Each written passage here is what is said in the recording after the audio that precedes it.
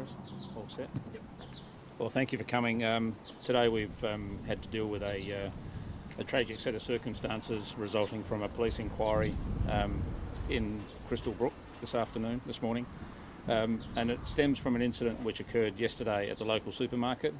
What would be described as a minor disturbance was being followed up by two police officers who attended at an address in Symonds Street, Crystal Brook. On their arrival, they were confronted by an occupant of the house they were attending, and as a result of that confrontation, both police officers have been stabbed, and the male occupant of the house has been shot by police. The responding police officers who were attending as a result of a call for assistance by the officers who were injured have located that male occupant deceased as a result of the incident. I can say that the two officers concerned are Brevet Sergeant Ian Todd, the officer in charge of Port Germein.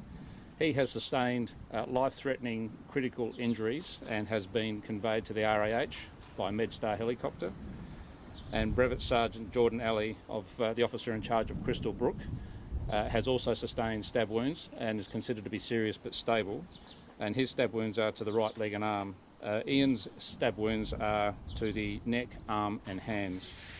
I can also say, as an indication of the impact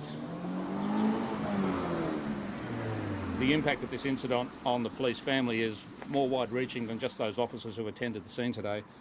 Ian has a son-in-law who is the officer in charge of Kadina Police Station, and Jordan's partner is a constable, and his father is also a police officer and the officer in charge of Hallett Police. So as you can appreciate, there are family members who are directly involved in terms of the impact of this particular incident, both as family members and also as police officers.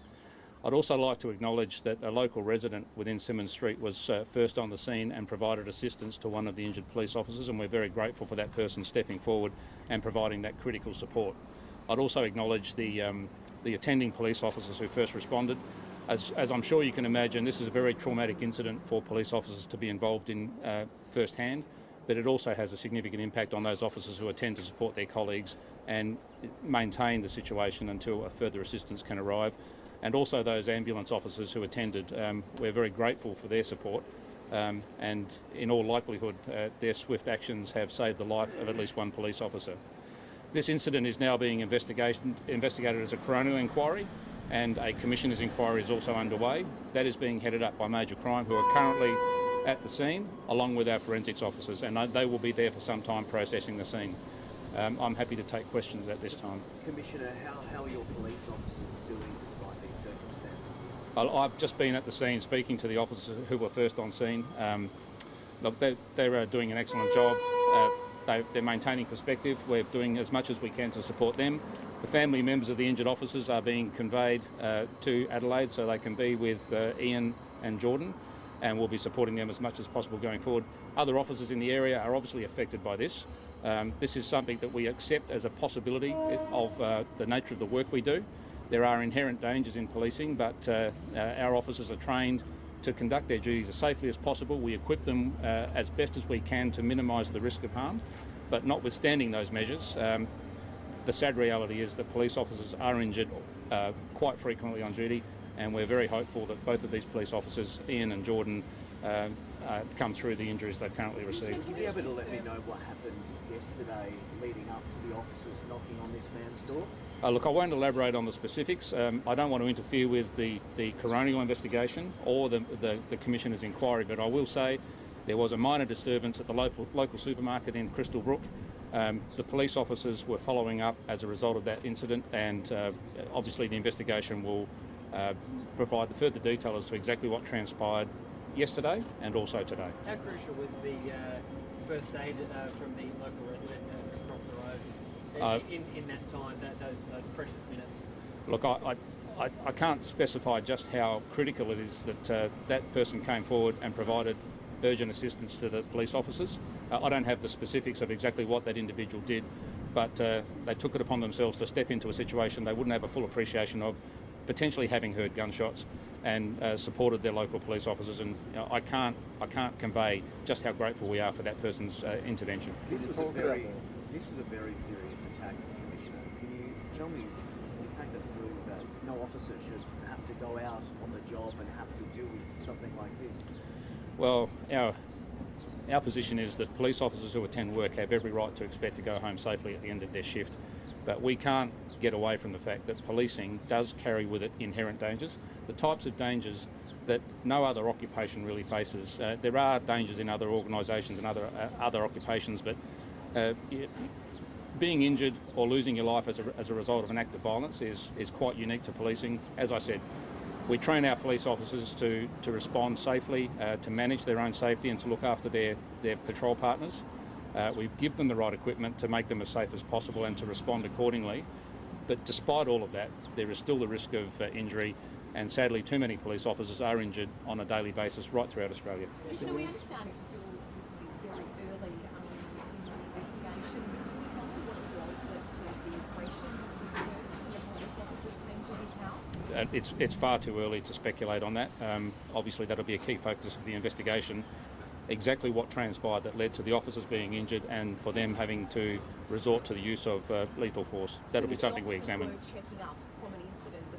They were following up on an incident that occurred yesterday at the local supermarket. And yeah, in some respects that incident you could describe as relatively benign, but it required some further inquiry by police officers, and they were undertaking that responsible duty. Can you talk to us about the bravery of these police officers and just how much worse this could have been? Well, once again, I think it takes a significant amount of courage to put on a police uniform and to perform that public safety duty day in, day out. As a result of the work we accept as our responsibility, we are confronting people who have a tendency to resort to violence. We're dealing with drug-affected people, people who have mental health issues, who need greater support from the community.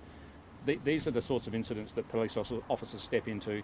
They understand the risks, and I think it takes exceptional courage to do that day in, day out. These officers have responded to a situation that has resulted in them being seriously injured, and once again I can only hope that those injuries are able to be treated sufficiently by the staff of the RAH. Is the defendant known to police, and what's the status of the man's job? Look, once again, it's too early to speculate on the specifics around the person who is deceased at the scene. That will obviously be further information we can provide once identification is confirmed.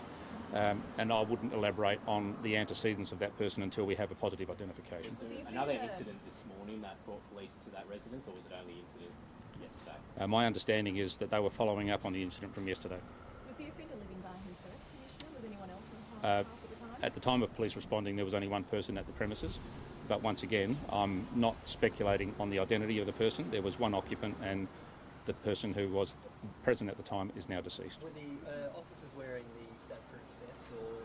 Both officers were wearing the stab and slash resistant vests, and both were wearing body-worn video as well. Do we know how many times the suspect was shot? Once again, I'll let the initial stages of the investigation conclude before we make any specific statements about exactly what's transpired in the house. We've seen the CFS report that they were called here as well. Do you know what that was for, and did it have anything to do with the relation? No, I don't have any information about that, sorry. Commissioner, us out here in the country communities, everyone is very connected. You said this is going to be affecting police officers in Katrina, and everyone is very interconnected. What would you say to Crystal Brook and Mid-North residents in the wake of this event? Well, I can say, having spoken to the officer in charge of the local service area, that both of these police officers are highly regarded by their local communities. They're good people. They are respected.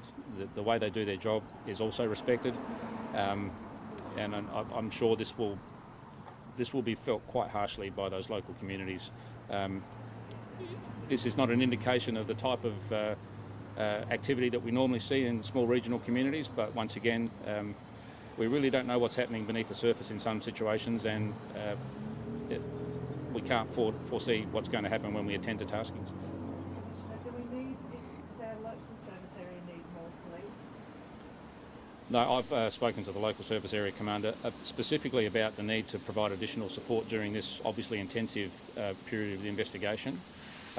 He's assured me that he has sufficient resources, and in our ongoing discussions about resources, there is no issue at this point in time with the number of resources allocated to this area. What would you say about that attitude of some people towards police officers? We've seen the incident in Queensland only a few months ago. Now we've almost had a death here on our doorstep with a police officer. What would you say to those people that have that attitude towards them? Well, firstly, I'd say that the overwhelming majority of South Australians and visitors to our state are good, law-abiding people who have a respect for the rule of law and respect police. The reality is the nature of the work we do brings us into contact with people who don't have that level of respect, and that's part of the reason why we have police in our community, is to protect other people from those people who have no regard for the safety or well-being of others. How many police officers have attended here? Having just come from the scene, I didn't specifically count, but there are a significant number of local police who have obviously set up the cordons and are managing the security of the scene. The initial responding police were also there at the time, and we do have a significant team from Major Crime Investigation Branch on the scene right now, along with forensics officers. Thank you. Thanks very much.